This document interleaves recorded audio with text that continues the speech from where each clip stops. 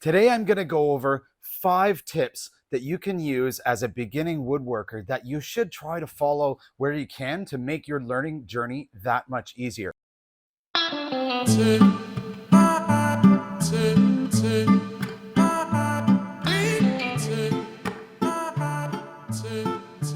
Now, my name's Dave Ardito, and I've partnered with the Woodworking for Beginners Facebook group in order to bring lots of tips and tricks and ideas to everybody that's in the group. And if you haven't checked out the group yet, be sure to go to Facebook and search up Woodworking for Beginners.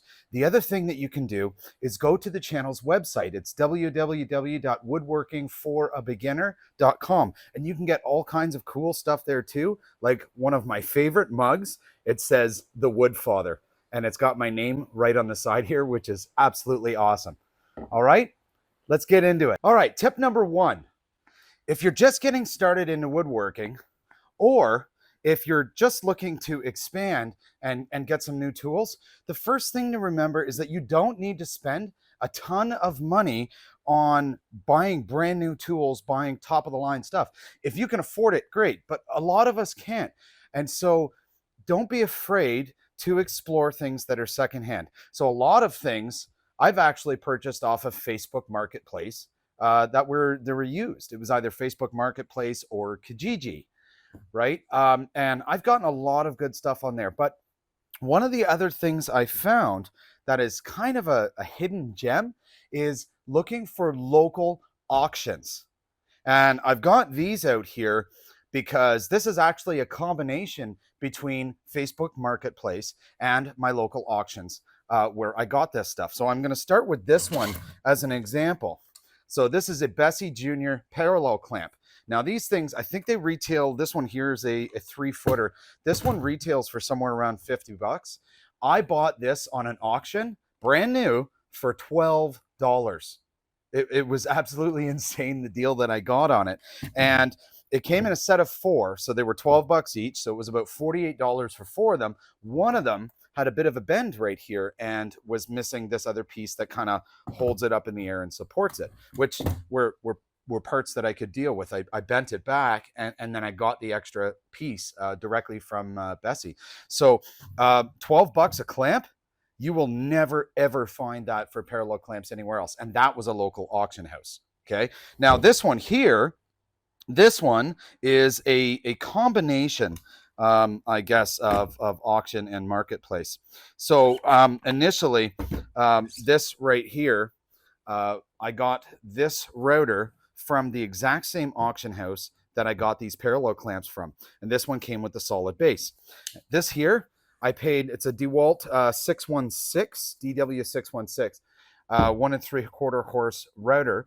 And I bought this one, I believe it was about 60 bucks at the auction, which was absolutely amazing. And it came with the firm base. But the one thing I wanted for this is I wanted the plunge base because I've got a couple other routers, but I didn't have a plunge. So I went on Marketplace and I found somebody selling the entire package where it was the solid base, the plunge base, and the motor for a DW618.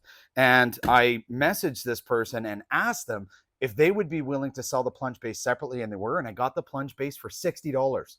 So for this DeWalt 616 router, $60 for the motor with the regular base, and then $60 for this. I paid $120 for these in total. Okay, so just remember, there's nothing wrong with looking secondhand. And I would actually recommend that if you're just getting started into it. And then when you get a tool, you get it secondhand, you like it, you're going to use it a lot more. Let's say a table saw, miter saw, whatever it might be. If you're using it a lot, after you've used it for a while and you're comfortable with it, then you can upgrade it because now you know you're going to use it and you know what you're going to use it for. Okay? All right, tip number 2. When you're looking for materials, the one thing that we all know is that materials are expensive. And if you go to the big box stores to buy your lumber there, you're going to pay a lot more money. So wherever possible, you want to try and find other deals on lumber from other sources. One example of that is doing a Google search around your area to see if there's any local sawmills. oftentimes you might have a company as a local sawmill that you can go and purchase stuff from, and it's going to be not only cheaper but likely a better grade of lumber. Um, but the other thing that you can do is you can also look on Marketplace or just Facebook groups in general for that sort of thing. And I've got a couple of examples here that I'm going to go over with you. So this is one piece right here. This is a piece of solid cherry. Now, about 2 years ago, I was part of another woodworking Facebook group here locally, and somebody posted a picture of a whole bunch of cherry that they were getting rid of, that they just didn't want anymore. So it turns out they were actually going to mill it down into flooring, but didn't end up doing that, and so they had a ton of stuff in their a ton of cherry in their garage to get rid of. So I reached out to this person and I offered them some money, and then they came back to me and they said, "How about $150 for this? And then if you can pick it up, it's yours." And I said, "Great." I ended up having to rent a trailer because I probably got somewhere in the ballpark of 400 to 500 board feet of solid cherry wood that is anywhere from 3/4 of an inch to 1 inch thick. It's all rough cut and it's all air dried. But I got 400 to 500 board feet of solid cherry for $150.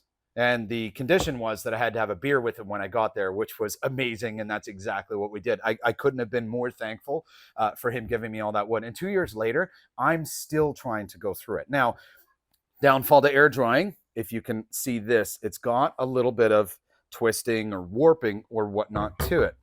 But the moisture content's sitting around about 9%, which is really good. And if you don't have a moisture meter, it's a really, really good idea to have one if you're going to be buying rough lumber. So with the lumber that I got here, I do have to mill it myself. That means I use a planing sled and wedge this in order for it not to rock. And then I run it through my planer to get one flat side. Once I get that side flat, I can then take this off the planing sled, flip it over and plane the other side, and now I can get a flat board. And then in order to square the edges here, I use a jointing jig on my table saw because I don't have a jointer, and that's just a board that I clamp this down to, and then I run the whole thing through the table saw.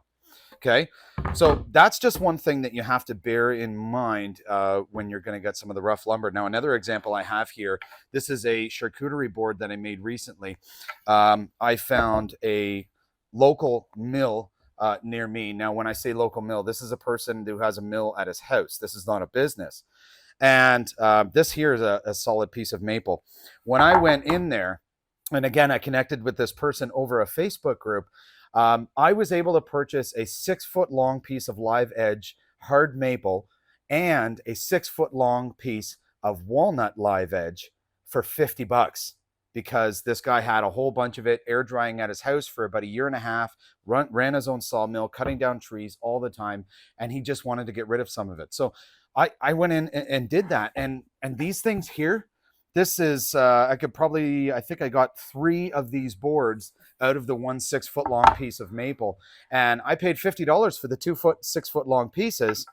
And one like this, I'm going to sell for roughly about $60. So in selling one piece out of a slab of 3, I can make my money back already on material than the other 2 pieces that I build outside of that, or just profit. So you can also take the live edge and rip it down to dimensional lumber if you want to as well. Same thing, because it's air dried, I had to mill this down. So as long as you're willing to put in a little bit of extra work, you can absolutely buy some of this lumber locally. You can buy it cheaper and a much higher grade than what you're going to find at your local box stores, and it's going to be just as good. And then when you sell a project, you make a project, and if you're selling them, I should say, you can make a little bit more on it. So my next tip for you is something that I don't have a lot to show you. I'm going to show you one thing here, but the tip is patience. When it comes to woodworking, it's a skill that we learn and develop and perfect and just get better over time.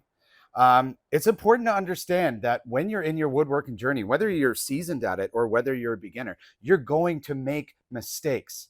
And making mistakes is okay.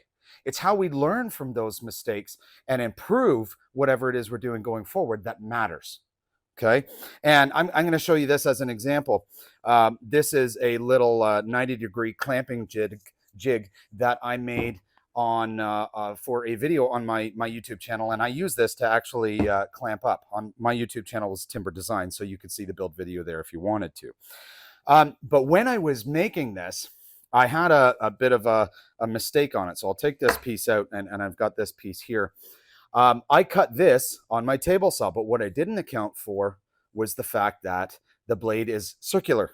And so when I stop cutting here, on this side, I should say, when I stop cutting the angle part here, the blade is actually going further over here. So I made that little bit of a mistake. And also, if you look at this, you can see that I've got some space here and some space here. And that's because if you look at that, all right, that's about a quarter of an inch of space on either side. It's because I actually messed up the first cut when I was doing it. But you know what? Here's the funny thing about it. Even though I messed it up, this and this are still perfect 90-degree cuts, right? And even though I made a mistake on this, which is normal, this can still be used. A lot of times when you make a mistake on a project, it is easy to recover from as long as you put a little bit of thought into it. So don't be afraid to try something for fear of making a mistake, because it's going to happen. It absolutely is. But remember, it's what you learn from that mistake and change when you do it again that really matters. All right, my next tip for you is when you're just getting into woodworking, don't necessarily go all out, huge and heavy right away.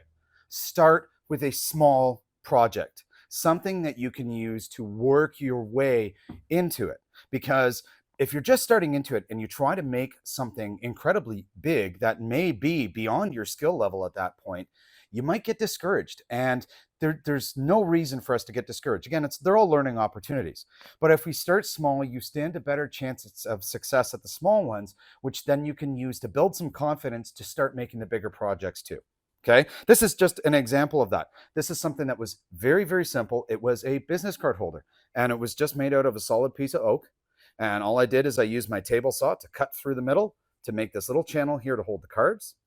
And then I've got a router table with a chamfer bit, which is a 45-degree angle like this, and I used it to shave down the corners.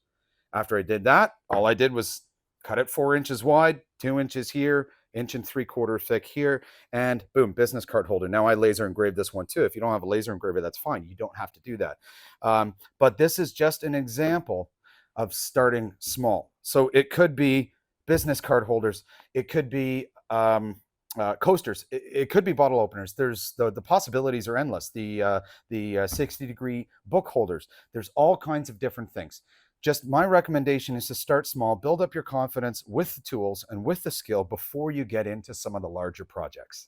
All right, my last tip for you is whenever you're going to build a project, it doesn't matter how big or how small, right? Especially if you haven't built it before, is plan your project out. I cannot emphasize that enough. This is just an example. I call this a rustic rustic build plan because I drew this one with a pencil and a ruler. Okay. But this will help you see what your project's going to look like and if it's actually going to work. And it can help you with a material list. You can put your measurements in there that you want. Doing plans like this on just, and this is just a graph paper book that I have for scraps, and you can make notes on it, all kinds of different things. But doing this allows you to see the entire project.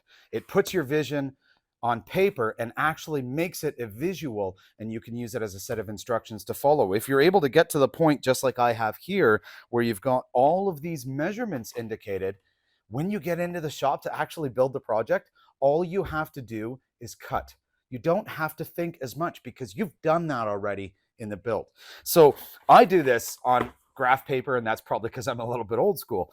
But there's all kinds of software applications too. There's SketchUp. There's all kinds of different ones that you can use. Really, the possibilities and, well, the softwares, I should say, are kind of endless. So use what you've got, the resources at your fingertips, or use a pencil, a piece of paper, and a ruler. It doesn't matter.